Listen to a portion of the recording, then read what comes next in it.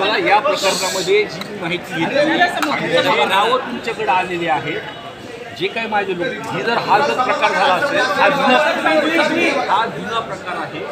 आणि त्या शूटिंग जर आपण बघितली, तुम्ही जे नाव सांगता ते किंवा माझ्या संबंधितले लोक आहेत त्यामध्ये वाचवतात. जर गुन्हा जर झाला असेल, एखाद्याला मारहाण झाली असेल, ज्याला मारहाण झाली त्याच्याकडून मला वाटतं प्रतिक्रिया घेतल्या पाहिजे आणि त्याच्या संदर्भात काही चुकी झाली पाहिजे, दंडाची कारवाई केली पाहिजे. पण असं मला वाटतं काल बघितली एखादा जुनं व्हिडिओ व्हायरल झाला त्याची खरी परिस्थिती पण आपण बघितली पाहिजे. आमच्या जिल्ह्यामध्ये किंवा आता जे काही वातावरण झालं, 3 महिने झालं हे प्रकरण एक तर शांत आणि आता हे जुने व्हिडिओ काढून जर असेल त्याची कारवाई करा तिथे. पण परिस्थिती काल पुण्यामध्ये काही तिथं मुलांना तिथं बोललो तर ते शिकणाऱ्या मुलांना ह्या तुम्ही जे काही दाखवतात ते त्यांच्यामुळे त्यांना किंवा राहायला सुद्धा तिथं कोणी भेटत नाही बीडच्या असल्यामुळे. आपण त्याची वस्तुस्थिती बघून मीडियावरती जे काही तुम्ही नाव सांगता ते मारहाणीत होते का वाचवायला होते किंवा मारहाणीत असली तरी संबंधित जो कोणी व्यक्ती त्या शोरूममध्ये आहे त्याच्यासोबत ही घटना घडली त्यांनी गुन्हा नोंद केला पाहिजे. चौकशीची मागणी करणार का तुम्ही या सगळ्या प्रकरणाच्या? माझी भूमिका स्पष्ट आहे. एक तर ते माझी माणसं नाही आहेत ज्यांनी मारहाण केली आणि त्याच्यामध्ये संबंधित जी घटना ज्याच्यासोबतच्या माणसांसोबत झाली त्यांनी जर अर्ज दिला तर कारवाई झाली पाहिजे.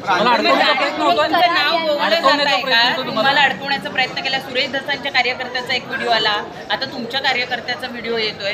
जाणीवपूर्वक कुणी फसवताय का, मुद्दाम कुणी टार्गेट करताय का? आता हे सगळं आपलं मीडिया आहेत, आपल्याला सगळं ह्या म्हणजे अनेक आपल्याला सगळ्या गोष्टी म्हणजे तुमच्या प्रश्नातच ते उत्तर आहे.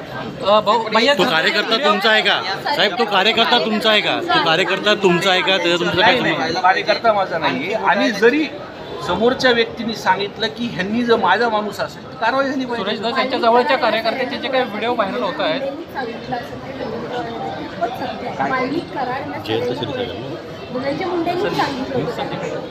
या विषयावरती बाईट मी बघितली नाही.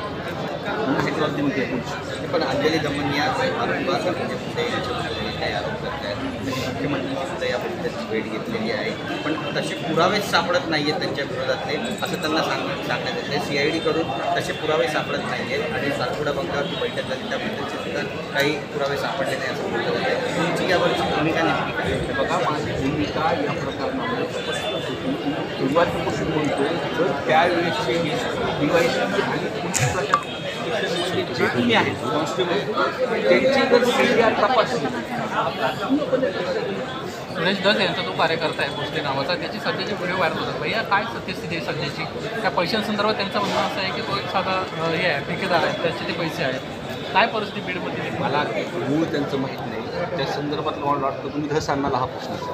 धस अण्णांनी जे आरोप केले आहेत आता पुढे बघा. जर कुठे आरोप केले तर मग शांत प्रश्न नाही, मी बघितलं नाही.